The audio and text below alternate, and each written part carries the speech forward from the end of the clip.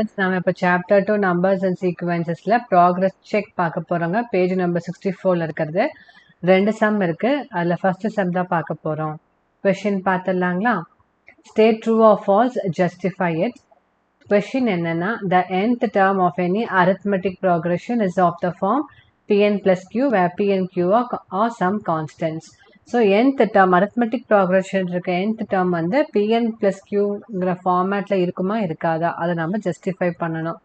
நமக்கு ஆல்ரெடி தெரியும் arithmetic progressionல இருக்கிற terms எந்த மாதிரி இருக்கும்னா, ஸோ arithmetic progressionல இருக்க terms நமக்கு எப்படி இருக்கும்னா a, a plus d, a plus 2d, etc. nth term வந்து a plus n minus 1d இப்படி தான் இருக்கும் இல்லைங்களா?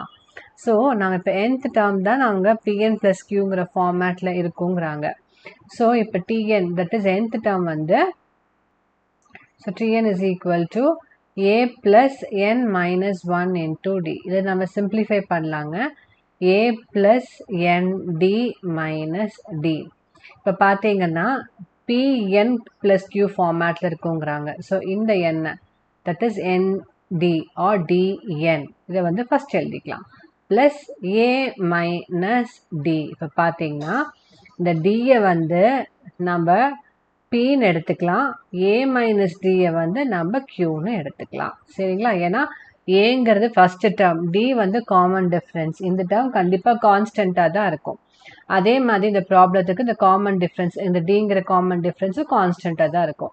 ஸோ அதை வந்து நம்ம PQன்னு நம்ம வந்து ட்ரான்ஸ்ஃபார்ம் பண்ணிக்கிறோம்.